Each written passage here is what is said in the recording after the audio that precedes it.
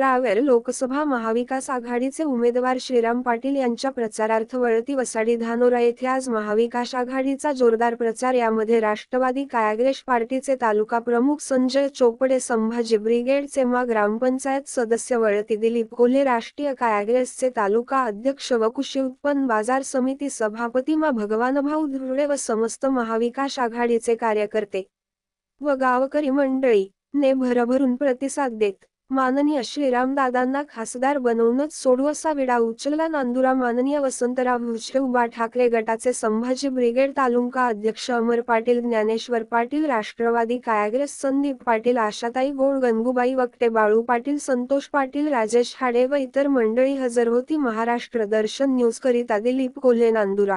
ज्ञानेश्वर भाऊ, डॉक्टर कादडे, उपस्थित सर्व ज्येष्ठ श्रेष्ठ कार्यकर्ते ज्यांनी 15 वर्ष सरपंचपद या गावचं भूषवलं, आदरणीय कैलास भाऊ चौधरी, उपस्थित सर्व ज्येष्ठ नागरिक बंधूंपैकीनो मी अधिक वेळ या ठिकाणी घेणार नाही। मी आपल्याला विनंती करणार आहे की 13 मे रोजी म्हणजे अवघ्या 4 दिवसावर ही निवडणूक येऊन ठेपलेली आहे। तुतारी वाजवणारा माणूस हा डोळ्यासमोर ठेवून श्रीराम पाटलांना मतदान करा ही आग्रहाची विनंती आपल्याला करतोय।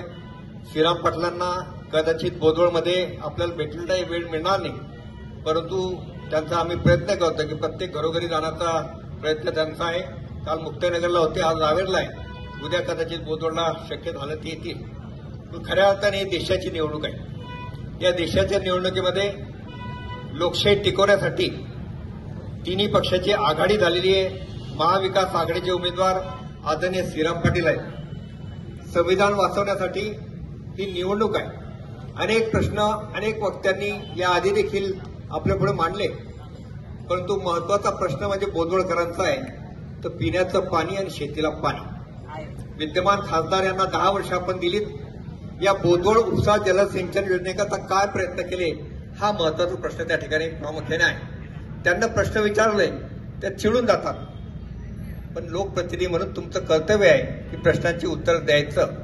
लोकप्रतिनिधींनी एका मताचा अधिकार वापरून तुम्हाला लोकसभेमध्ये पाठवलं आहे आणि प्रामुख्याने आपल्या विभागाचे प्रश्न काय आहे, आपल्या मतदारसंघाचे प्रश्न काय आहे